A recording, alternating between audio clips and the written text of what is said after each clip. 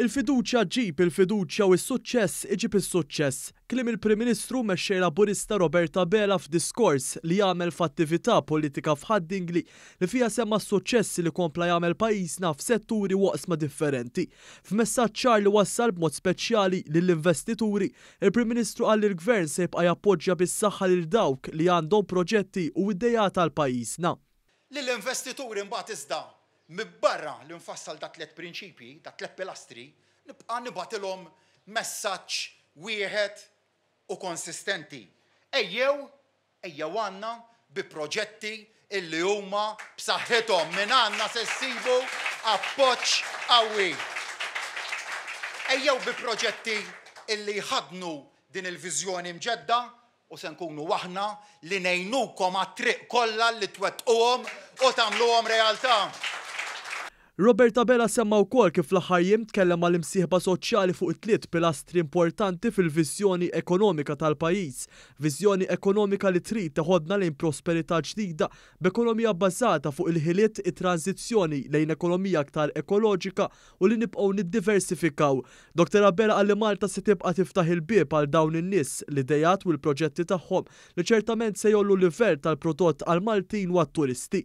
Saħaq ukoll kif il-Gvern se jagħmel ċert li l-offerta tal-pajjiż lil dawn l-investituri se tibqa' tkun fost l-aqwa fl-Ewropa.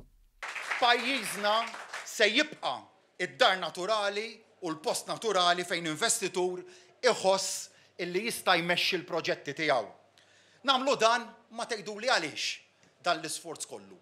Lan jibqa' wieħed ewlieni, il-ħolqien tal-ġid.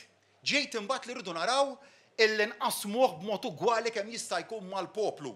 Kollu nagħmlu dan fuq kollox biex inħarsu ix-xogħol tagħkom u biex noħolqu iżjed impjiegi. U jiena nsaqsi l-iktar domanda bażika. Meta jgawdi l-ħaddiem? Il-ħaddiem igawdi meta jinħoloq ix-xogħol. Il-Prim Ministru assigura wkoll li l-entitajiet pubbliċi qed jaħdmu qattih ħalli bid-deċiżjonijiet li jittieħdu nibqgħu destinazzjoni attraenti għall-investituri fl-oqsma kollha. Robert Abela nnota wkoll kif din il-ġimgħa Malta reġistrat l-inqas rata ta' qatt fiż-żona tal-ewro u kif dawn ir-riżultati qed jaslu għax il-Gvern għandu l-kuraġġ jieħu deċiżjonijiet f'kull settur. B'kuntrast mal-ġid kollu li qed jagħmel il-Gvern il-mexxej Laburista innota nuqqas ta' proposti mill-oppożizzjoni għal pajjiżna.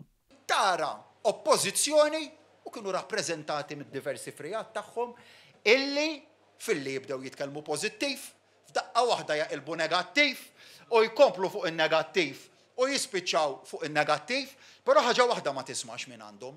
Proposti għal dan il-pajjiż, xuttaġni sħiħa ta' idejat.